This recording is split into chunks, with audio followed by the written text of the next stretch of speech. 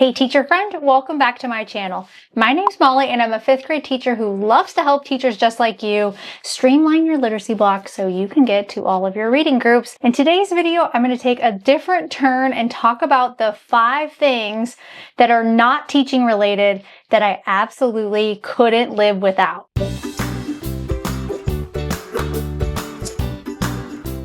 I wanted to talk about these things today because I'm in my 12th year of teaching and we know that the average burnout rate in teaching is 5 years. And in order to make teaching more sustainable, I've picked up some tips and tricks along the way and things that have just helped me that again are not teaching related. And I want to give credit where credit is due. A couple of these things I learned from my dad, who is a retired teacher that you may have heard me talk about in another video from time to time.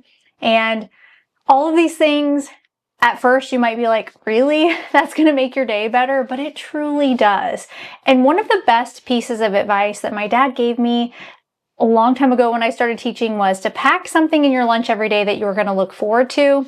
And although that's not one of my items on the list, I wanted to share that with you because if your lunch is enjoyable, although it's not going to get you through every single tough moment, at least you have something to look forward to. And I found that to be very true, no matter if I was teaching at a title building or a non-title building. It didn't matter if there was some spark of happiness in my lunchbox, I could get through it. Another thing about this list that I'm going to share with you is that as teachers, we're often not able to leave the building.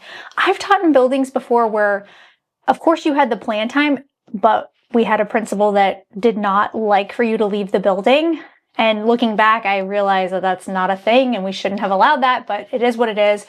And then I've taught places where you were so far out that there was nowhere to even go. So if you forgot something at home, something on this list that I'm going to share with you, then perhaps your day would just be a little bit rough. And we can empathize with our students when they forget something that they wanted to bring to school that day. It's tough because you can't really go anywhere, and just like them, they can't go anywhere. You are stuck. So I hope this list helps you get creative.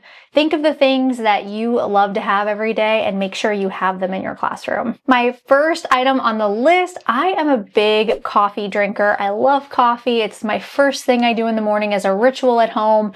And then again at school, I want to have another cup of coffee. So I've learned over the years, I didn't always have a coffee maker in my room, but then I eventually got a Keurig, and then I kind of got away from Keurigs because of the plastic and all of that, and got a drip coffee maker, and I grind my own beans and all of that, and it's just a big part of the day. I get to school extra early anyway, and it's another ritual that I can do, have the coffee grinding and then make a fresh pot. And then even one of my teammates now comes and gets a cup out of my room every day. So it's something for us to connect and to share with her. So that's a huge part of it. I do still have a Keurig in my room because there are times where you need a quick cup of coffee and you're not going to grind beans while your students are doing something in the classroom. So having that in the classroom and not getting rid of it has really helped, although I do prefer the drip coffee maker.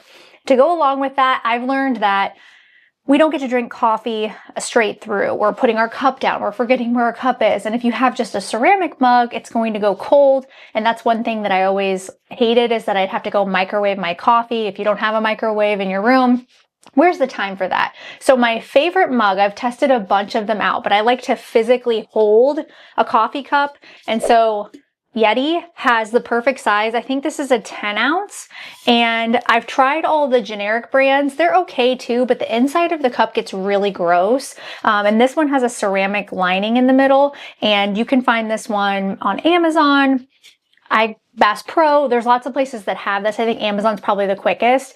Everything that I talk about in this video today, I have found similar or the same links for you, and I'll leave them in the description box below so you can see my list of things, my favorite things I couldn't live without that are non-teaching related, all in one spot. So the coffee maker was number 1, and I know this is coffee related, but the Yeti mug number 2, because if I'm teaching a small group or moving around the room, I need to know that this is going to stay warm. And I would say this stays warm for a few hours. So definitely worth the investment, especially if you are someone that likes to have a sustainable outlook on your purchases and you know you want to keep something for a long time. That's what I love about it. Okay, the next one. I know some places might not be able to have this, and so I'm acknowledging that up front, and it's also kind of a next level thing. I did not have one when I started teaching. but a mini fridge. And I will say the one that I have, my dad gave me, it was an extra one that he had, but I will link a similar one down below. They're not as expensive anymore. I do know some schools won't let you have one because of outlets and that sort of thing, but it really helps because I like to put heavy cream in my coffee, and so I can do that.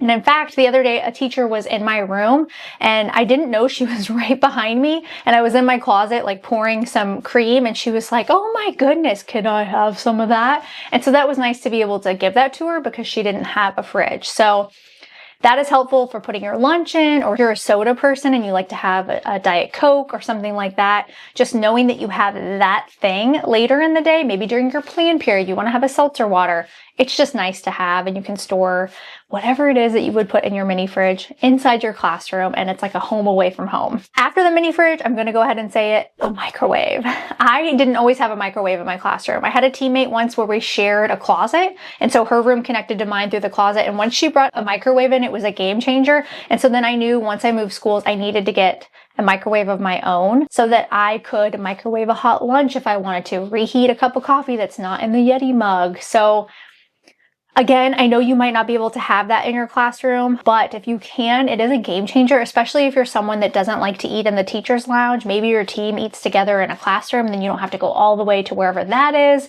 It's just a game changer.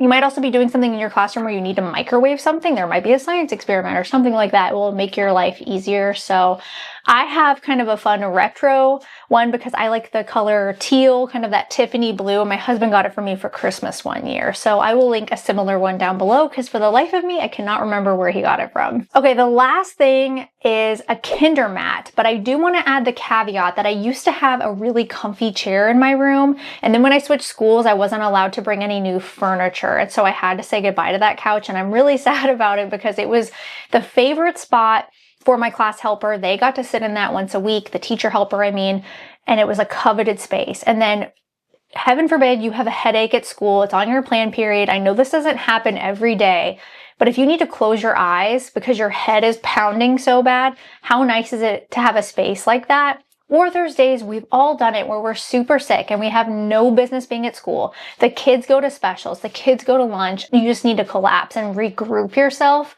before they come back. Having the couch is the perfect thing for that, but I know a couch is a big thing. You might not have the space in your classroom. It's expensive. So that's where the Kinder mat comes in handy. My teammate now that I mentioned before that shares coffee with me, she got me the Kinder mat and it's really nice. I have yet to be able to use it on a school day, but I know if I ever have a pounding headache after the kids leave or whatever, I could lay on that and at least kind of regroup before I drive home. So something to think about. Those are just a few of the things that I absolutely love having in my classroom. I would love to know in the comments below things that you could not live without. Tell me all the details. Maybe there's something I'm missing that I totally need in my room. I'd love to know. And I am so appreciative of you watching my video. Share this video with a teacher friend and maybe think about a gift you could give to a fellow teacher. We've got the holidays coming up. You could really make their day by giving them something in their classroom that feels a little bit like home. Thanks so much for watching, and I'll see you next time.